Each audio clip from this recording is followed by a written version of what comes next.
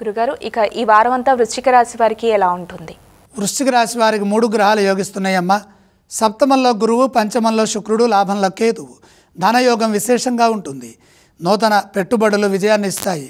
తెలివిగా వ్యవహరించి సరైన నిర్ణయాలు తీసుకుంటే సంపదలను పెంచుకునే అవకాశం లభిస్తుంది. అలాగే మొహమాటంతో ఆర్థిక వ్యయం పెరగకుండా జాగ్రత్తలు తీసుకోండి. దగ్గర వారితో సంప్రదించి సరైన నిర్ణయాలు తీసుకోండి.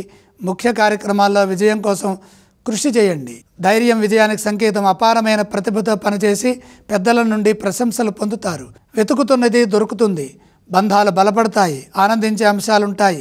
వారం మధ్య భాగంలో ఒక పని పూర్తవుతుంది. పనిచేసే స్థలాల్లో సున్నితంగా, శాంతంగా వ్యవహరించే విధంగా ప్రణాళికలు నిర్మించండి. అపార్థాలకు అవకాశం కల్పించకండి. చంచలత్వం లేకుండా శాంతంగా సంభాషించాలి.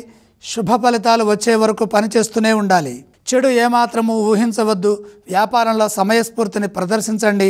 ఆశయం సిద్ధించే విధంగా నిర్ణయాలు తీసుకోండి. మేలు చేకూరుతుంది. ఆరోగ్యంపై శ్రద్ధ పెంచండి. విజ్ఞానవంతమైన కృషిని పెంచండి.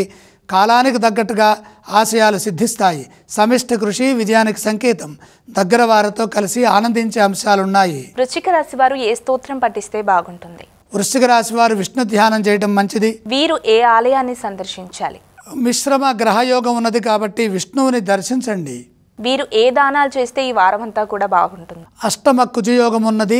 కందులు దానం చేయండి.